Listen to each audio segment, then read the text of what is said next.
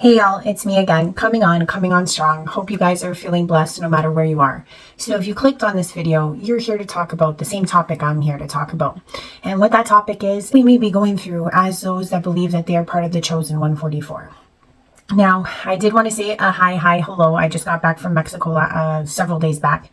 Got hit with some really cold weather and got a little bit of a tickle, so I wasn't able to really bring forth any videos. But in my time, I realized that there was a very powerful message and something that I want to share with you all. Now, those of you that know, most of us come online or we go on our social medias and everyone talks about being chosen. But I want to talk to you about what I believe also is taking place at this time as chosen. Now, it is very common to hear this line that many are called and few are chosen. Why does that line hit the way it does? And I want to speak to this. So realistically, if you guys are a fan of, let's say, the Christian background, the Hindu background, let's say Islamic background, any of the backgrounds, you will notice that there's certain significant numbers all through all of these books. And what I will say to this is that I want to just stick with the Christian just because it makes it simple. So personally, in my own journey, as a young child onward, I always knew that my master or who was teaching me all along my journey from a very young age till this present moment of almost being 40, is that I was always cultivated and taught by the master, Yeshua. That ascended master has guided me through most of my life. I am very close with the angels, and I do feel that I have an angelic embodiment of the 7D.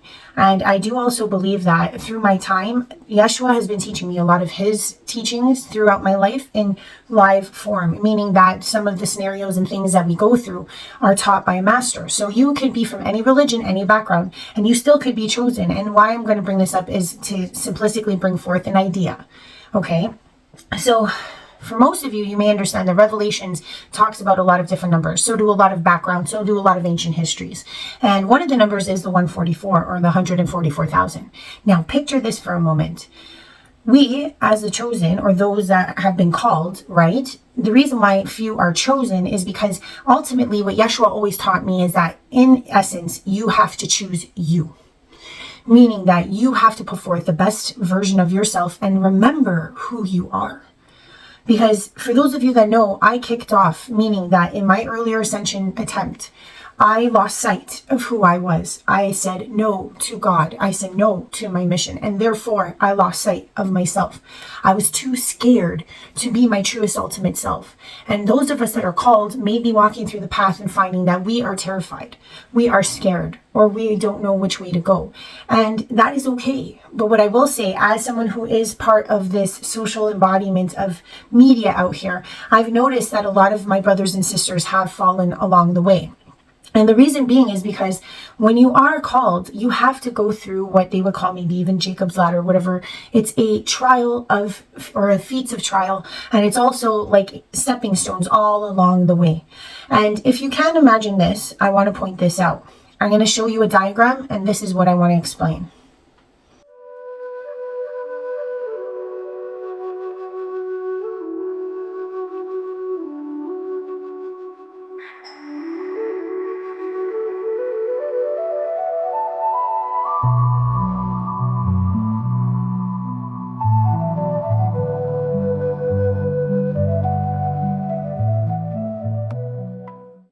So I'm pointing out all the chakras, and there's a reason for this.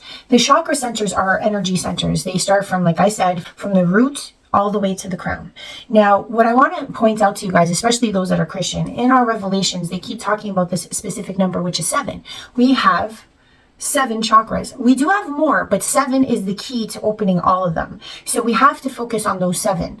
And what I will point out in Revelations is that they talk about these seals that have to be broken.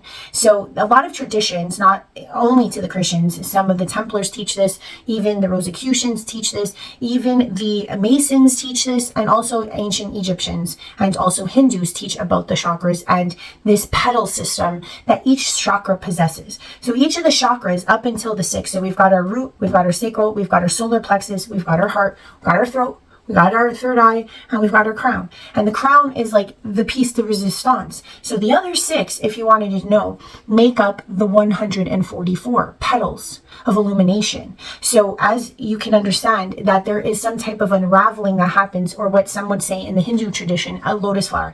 Now, I don't bring up that any specific religion is correct or wrong. What I'm trying to say is that they all embody knowledge. And what I will say as someone who walked in faith with Yeshua, not just because I was raised Catholic, but because actually I have met Master Yeshua many times in my life. And this is an interesting story, and it has to speak true to what I'm saying right now. When I was about 22, I told you guys that I have this number branded on me, 316. Okay, that number followed me for a very long time. And one of my first messengers, meaning an angelic, spoke forth in a body. They do either come in real form, or they can come in the etheric, or the, let's say, soul body, what you would see as the illuminated presence of the grandness of what an angel could be. And also they can come forth in human form, and then they will leave like a whisper in the night. So in this case, when I was in my early 20s, I was visited by what I would call a messenger who described to me what my number meant. It had followed me for many years. And the message was that God so loved the world, so he sent his only begotten son. Now you have to understand, as someone who is younger, coming on an ascension journey at a time that was unlike this. There was no internet really per se, and there wasn't a lot of people to speak to. Imagine me going back then talking to people and saying, oh my gosh, I think I'm being told that I'm supposed to follow in Jesus's footsteps somehow. I will let you guys know, as this teenager going into early adulthood, I was terrified, because we all know what happened to Master Yeshua the last time he showed up here. Not the greatest story. So as a young person with no one to reach out to other than my angels, other than Yeshua himself, I was very, very timid, and I was very, very fearful of myself, what my capabilities were, and that I didn't feel like I was worthy to walk in Yeshua's footsteps. And this was just because of the misguided feelings I had in my mind, as per what the angel informed me of. Later on, when I was 22, Lord Yeshua, because I was like, oh my gosh, am I going to have to follow Lord Yeshua's footsteps? I'm not prepared for this. I'm not ready for this. I don't want to do this. This seems like too much. And this went through my mind for years. And you have to understand that I was terrified. And when I was 22, Lord Yeshua stepped into my friend. I was just hanging out with a friend of mine, and all I know is that every time I've met a messenger, every time I met an angel, every time I met an ascended master, even if they embody someone else, or they come in human form, or they come in the crystalline etheric body, they have a look of fearlessness that cannot be unchanged. And that's how I can recognize them. The plasticity of their face, the plasticity of their eyes. They have no fear. They are in unity consciousness, and they are fearless. So when Yeshua stepped forth, I did not know right at the moment, but it was based on what Yeshua told me at that moment that I truly understood what 316 meant. Yeshua came to me and said this: Ashley, you are like an onion that is unraveling. And as Lord Yeshua spoke through my friend, he touched my solar plexus. And at that moment, I felt like a huge unraveling, like a flower was blossoming within me where my solar plexus lay.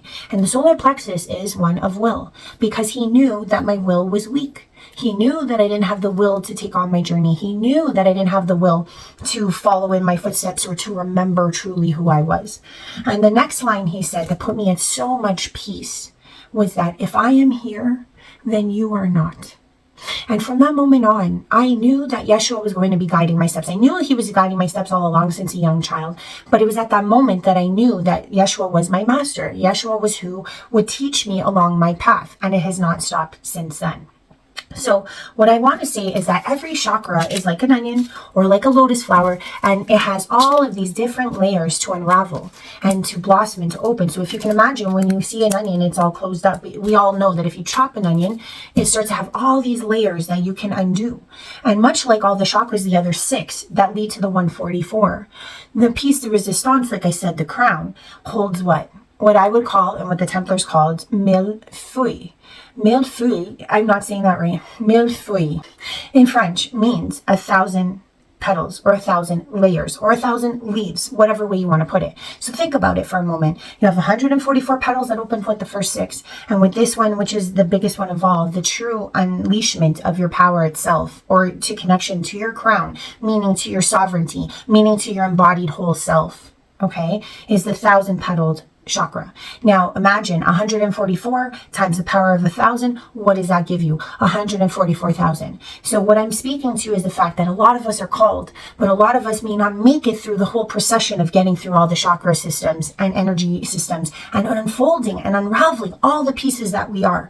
Not that we didn't have it, but like I said, they're closed. So in order to unravel them, we have to go through things like the shadow. We have to go through the memories. We have to go to the remembrances of self to embody all 7 of the chakras and have them unfold. And this is what I'm speaking to. This is why some chosens of what people would call chosens have fallen away, because they may not have been able to accept all the pieces that they are within the 3D construct, because the 3D construct makes you want to break that down. It is the true goal. It is not about fame. It is not about fortune. It is not about notoriety. It is not about anything else. Only you will judge yourself as a soul when the time comes. Only God can judge you. So realistically, when you meet your maker, you want to go to your maker saying, I did the best that I could. And it's not like the maker's going to hold shame over your head, but you maybe perhaps will bring that negative thought form with you. Because the thing is that you will know if you didn't make it through the race. You will know if you didn't graduate. You will know if you didn't walk the path and finish it.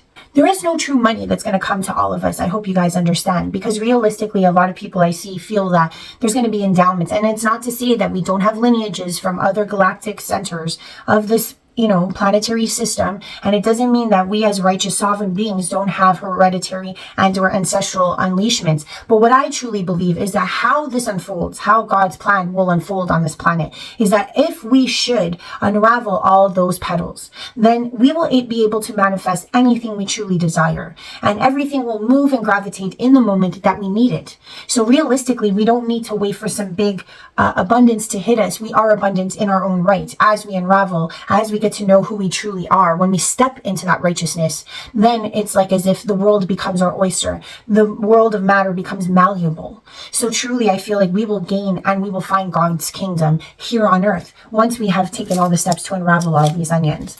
So many of us will open up all these petals, and many of us will walk into our steps of the chosen path that we have selected with God's plan in place to fulfill within our lifetime. Now, like I said, there are other bodies on this planet that have talked about this, and there's another interesting number that comes up a lot, which is 33. Some of us are not only trying to unravel the 144, some of us want to become ascended masters or are ascended masters on this planet right now. And what we are trying to do is remember who and truly who we are as a soul. So when you look at things like the Masons and they talk about the 33 degrees, or you look at the Templars that said this the same, or even the ancient Egyptians that said the 33 was a very sacred number when it came to ascension, because they believed that all 33 was the parts of the vertebrae that one would have to go through, right? Or of the Kundalini. But you have to imagine, even their pharaohs would last for 33 years within their reign. So this was also something that was very intrinsic to the ascension, that truly to be a pharaoh, you would have to reign for that allotted amount of time to even embody the godlike head that you would become. And at the same time, if you think about it, even Yeshua took 33 years to pass away, or what we would call to ascend. So there is this idea that even if we should follow this 144 path and to blossom as the 144,000 petals that are within our chakra systems, that are within our energy body, to become the crystalline, to become the malleable within this construct, there is still this essence of the fact that we must take hold to who our masters are. Many of us may not have the same master. Many of us may have Yeshua as a master. And you must understand that all masters do resonate with the Christos consciousness. So it's not to say that Yeshua couldn't be the master of us all. But what I'm trying to say is that if you are someone that comes from any other background, you'll notice that you may have a master, and you may have someone who's been teaching you the ascension steps all through. Like for myself, with my higher self channeling, as I open up my chakras, I'll say this: when you first come on your journey, the root is when you start cutting everything. Why? Because you have to build that strong foundation. Everyone falls away because they're not part of your strong foundation. Then you move into the sacral. And what happens there is that a lot of us start giving up sex. A lot of us are channeling all that energy into creative endeavors, be it on social media, be it through books, be it through teaching, whatever the case may be, art, sound healing, name it. We channel that energy in a different direction. And for most of you out there, as you're growing in your actual presence and your light begins to shine brighter and brighter, you'll notice that you don't really want to take part in sleeping with just the regular schmegular or the strangers. And I wouldn't say that we're all doing that, but maybe in our past self, before our ascension journey began, we would date a lot of people or date no people, or we would, sleep around, whatever the case. But we stopped all that naturally, because as the energy center started to open up, we realized how powerful that energy center was, and we wanted to protect it. We wanted to harness it in different ways. And it is understood that there is a lot of traditions that believe that the seed, or let's say semen, etc., holds a very bountiful amount of energy as well. So the more you could reserve that, the more in your ascension, or let's say that spinal region I was talking about, the 33, that if you could channel it up your spine, that you would actually reach enlightenment faster. But then we move into the solar plexus, the one that Yeshua opened up for me, which is about willpower, which is the will to be who you are without any masks. It's like as if the will to continue on, the will to walk forth in this 3D matrices and to break it down and to actually say, I don't need to follow this. I don't need to be part of the rhetoric. Then you move into the heart. To move into the heart is to be one, and some would say is one of the scariest, because it's one of the most vulnerable. And a lot of people think that being a heart-centered person is, let's say, naive. But really, if you think about it, to be your most childlike self, to love abundantly, to give love auspiciously, and to actually always find that, this was one that was really hard for me, because a lot of us get burned in our lives. We're taught by this matrices to not work within the heart. We're taught to work within the mind, so that we should process what is the best path, because the vulnerability that the heart provides, it can give us the most pain, some of the most irrefutable pain that we will ever feel, through loss, through death, through connections, through love, being in love, right? But to show love everywhere, unconditional love, is one of the hardest things. And that is what Master Yeshua taught me a lot of, because it was actually one of my biggest strengths. People always saw it as my weakness, but it's because they feared my strength, that I could persevere, that I could move forward, much like you guys that are working through these channels, that are working through these chakras as we speak. Because the thing is that people will be dumbfounded at how you exist in a world like this, being the way you are. And the will, the solar plexus opens up to give you the will to do it. And then as you move through the heart and you work through the heart, you build and grow in such a beautiful manner that people want to follow in your footsteps. People want to be like you. And that's truly one of the best essences that it can be, to work through love. Because all emotions are encaptured in love. Love is the strongest emotion. And if you think for 1 second that we are the only ones controlled by emotion, the universe is controlled by emotion. Because in duality, we are still suffering through the highs and the lows, the negatives and the positives, all through a dual system up until the Deva realm and onward. So realistically, to get to that unity consciousness, or to even be a part of it, to move through love is to move through all of the emotions: greed, jealousy, anger, madness, let's say even collusion. It could be misfortune. It's all of them. It's all of the encapsulments of what it is to be human is within love, because they're all like dials of a radio. If you think about it, all the dials make up the huge sea of love.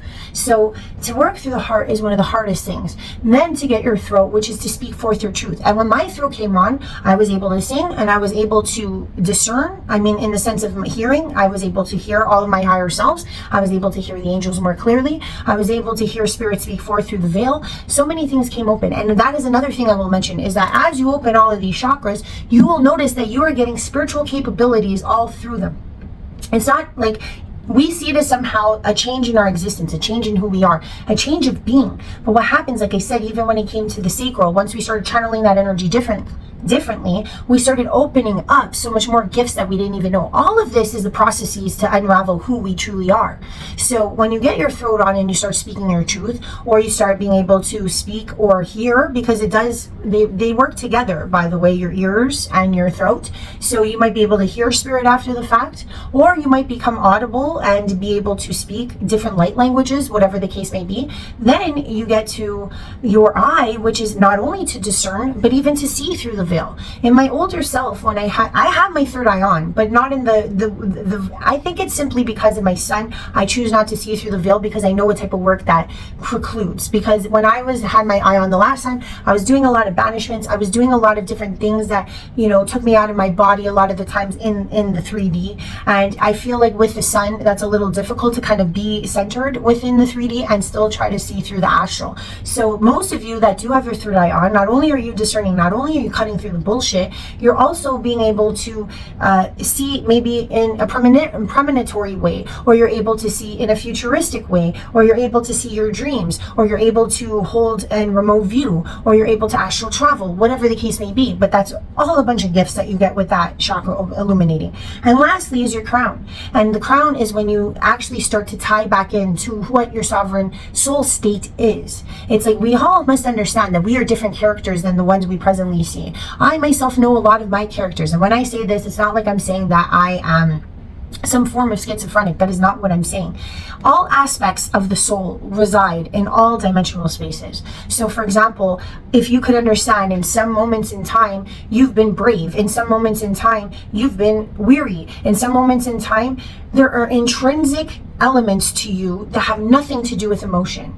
They are encapturements of who you truly are. So even if you were to get things like dementia, or if you were to get things like, let's say, Parkinson's or Alzheimer's, you'll notice even in these patients, the essential element of who a person is tends to stay true. And that's what I mean by your dimensional selves embodying these aspects of your soul. As you grow in the crown, like I said, it's 1,000-petaled or millefeuille chakra. So there's a lot of unravelings into that particular onion, okay, or that particular flower, whatever way you want to put it. You know, 1,000 petals, right? So there's a lot of aspects to the crown, and as you unravel that, you start to remember yourself. Maybe you have past life regressions or past life remembrances, or you're doing a lot of understanding of shadow work, not only in the 3D but in the subconscious when you're sleeping, that are trying to unravel all the different lifetimes you've had, all the different genetic predispositions you have, all of your genetic ties to either the astral, the angelic, or to source, okay, to the ultimate. So you start to realize that you are a character, right, that maybe you've even seen in books. Okay, and not to say that our history is so flawed, and we understand that, but what I'm trying to say is that this is the purpose of the chosen. The purpose of the chosen is to illuminate the minds of all that are around us. Us just existing in the places we are, we bring forth so much light and so much energy and so much goodness just by being around people. I know for my own city that I, in my own state of being, have done a lot of work in my area or my territory, whatever. I'm the beast from the east.